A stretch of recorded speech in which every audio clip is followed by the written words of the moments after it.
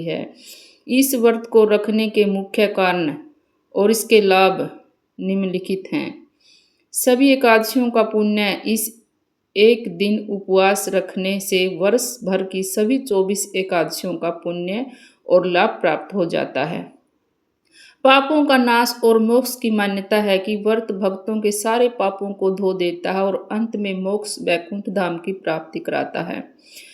महाभारत काल की बात है, पांडवों का व्रत था ये। इस व्रत की, इस एकादशी की कथा पांडवों के राज्य से शुरू हुई थी। इसका कैसे पालन करना है, कैसे व्रत करना है, सभी जानकारी लेकर आई हूँ। कथा के अनुसार इसे सुनिएगा। इसके सुनने मात्र से भी सभी पाप नष्ट हो जाते हैं। हम इस दिन हो सके तो निर्जल रहकर इस व्रत को करें। इसका नियम दशमी से शुरू हो जाता है। दशमी के दिन एक दिन भोजन करें और शाम को नहा धोकर पवित्र होकर ब्रह्मचर्य का पालन करना 3 दिन पहले, और संकल्प करें भगवान के आगे, ठाकुर जी के आगे, जो भी आपके घर में प्रतिमा है, विष्णु भगवान की है या लक्ष्मी नारायण की है या लड्डू गोपाल जी हैं, उसके आगे आप थोड़े से तिल के दाने और चावल नहीं लेने हैं, या आप तिल के दाने या पुष्प लेकर, गंगा जल लेकर अंजलि में संकल्प करें कि हे विष्णु भगवान, कल को मैं निर्जल एकादशी व्रत करूंगी, जितना हो सकेगा उतना करूंगी, आप मुझे शक्ति देना और सारा दिन आपका नाम चिंतन करती रहूं, ऐसी शक्ति देना प्रभु, मैं संकल्प लेती हूँ, मुझे शक्ति देना, मैं आपका व्रत रखूंगी। ऐसा करने से भगवान खुद शक्ति देते हैं। यदि आपको सारा दिन बिना जल के नहीं रहा जाता तो आप सूर्योदय से पहले जल पी लें और सारा दिन रहकर शाम को पानी पी सकते, सूर्यास्त के बाद, उतना ही फल मिलेगा। यदि आप पर इतना भी नहीं रहा जाता तो आप 12 बजे तक भी रह सकते हैं। दिन में 12 बजे के बाद आप जल पी सकते हैं और कुछ फलाहार ले सकते हैं। यदि आपकी सामर्थ्य है तो सारा दिन निराहार रहकर बिना जल के भी रह सकते हैं। वो श्रद्धा पर बात है, जैसी आपकी श्रद्धा है। भगवान श्रद्धा के और भाव के भूखे हैं, भाव होना चाहिए बस। सच्ची श्रद्धा और भाव से व्रत करें और किसी का अपमान ना करें, किसी की निंदा ना करें, किसी की चर्चा चुगली ना करें।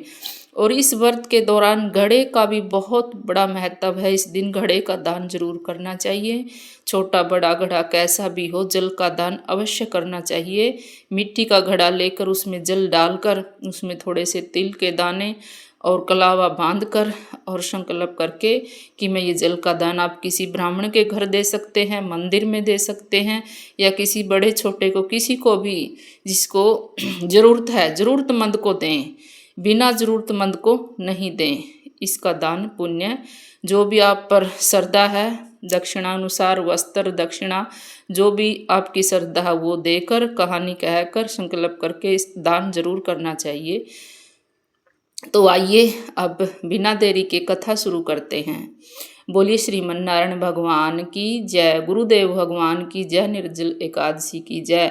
ये कथा महाभारत काल की है। एक बार महर्षि व्यास ने भीम से कहा कि हे पांडुपुत्र, यदि तुम नरक के कष्टों से बचना चाहते हो, तो मोक्ष प्राप्त करना चाहते हो, तो तुम्हें भगवान विष्णु की पूजा करनी चाहिए और एकादशी का व्रत करना चाहिए। 1 मास की दोनों एकादशी तिथियों को व्रत करना चाहिए। यह सुनकर, नरक के उल्लेख सुनकर भयभीत हो गए 5 पांडव। तो उसने, युधिष्ठिर ने कहा, हम तो इस व्रत को रख लेंगे, लेकिन भीम नहीं रख सकता।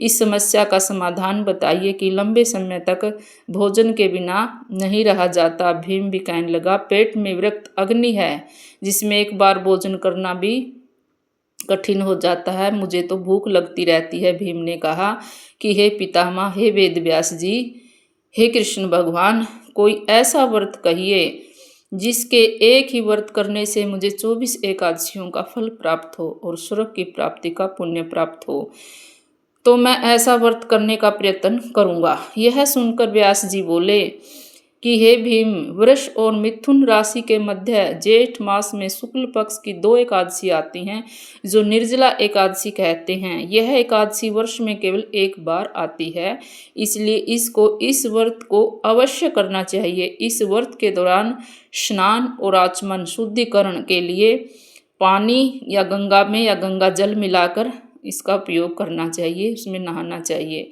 आचमन के दौरान भी सुनिश्चित करें कि पानी 6 बूंदों से अधिक ना हो, मुख में ना जाए, यह शराब पीने के बराबर होगा। इस व्रत में भोजन और पानी से पूरी तरह परहेज करना पड़ता है। यदि कोई ज्येष्ठ शुक्ल एकादशी को सूर्योदय से लेकर और द्वादशी के सूर्योदय तक जल नहीं पीता तो उसे वर्ष की सभी 24 एकादशियों का पुण्य प्राप्त होता है। द्वादशी तिथि को ब्रह्म मुहूर्त में उठकर स्नान करना चाहिए, ब्राह्मणों को दान देना चाहिए। इस दिन ओम नमो भगवते वासुदेवाय मंत्र का जाप करना चाहिए। इसके बाद स्वयं भोजन करने से पहले ब्राह्मणों तथा किसी भूखे व्यक्ति को भोजन कराना चाहिए।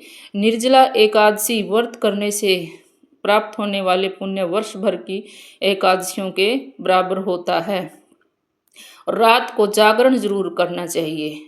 व्यास जी ने कहा कि हे पुत्र, इस एकादशी के महत्व मुझे स्वयं भगवान विष्णु ने बताया है। इस दिन भगवान विष्णु की सच्ची भक्ति से प्राप्त होने वाला पुण्य सभी तीर्थों और दानों से बढ़कर होता है। जो व्यक्ति इस दिन बिना पानी के रहता है वह जन्मों जन्मों के पापों से मुक्त हो जाता है। जो लोग एकादशी का व्रत करते हैं उन्हें मृत्यु के समय यम के दूतों की यातना नहीं करनी पड़ती, बल्कि भगवान के दूत उन्हें दिव्य वाहन में बिठाकर स्वर्ग को ले जाते हैं। व्यास के निर्देश के पालन करते हुए भीम ने निर्जला एकादशी का व्रत रखा, इसलिए इस एकादशी को भीमसेन एकादशी भी कहते हैं। तो हो सके तो हम अन्न जल हर रोज ही ग्रहण करते हैं।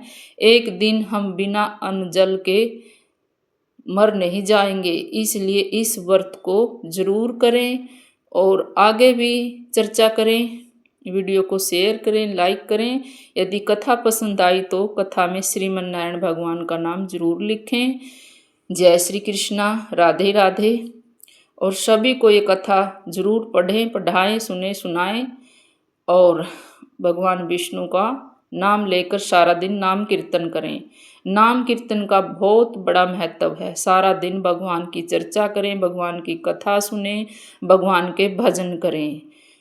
जय श्रीमन नारायण, जय एकादशी माता की। और भगवान की आरती करके भगवान का प्रसाद सबको बांट दें। तुलसी माता का भी व्रत होता है। इस दिन तुलसी को जल ना चढ़ाएं और ना तुलसी को भोग लगाएं।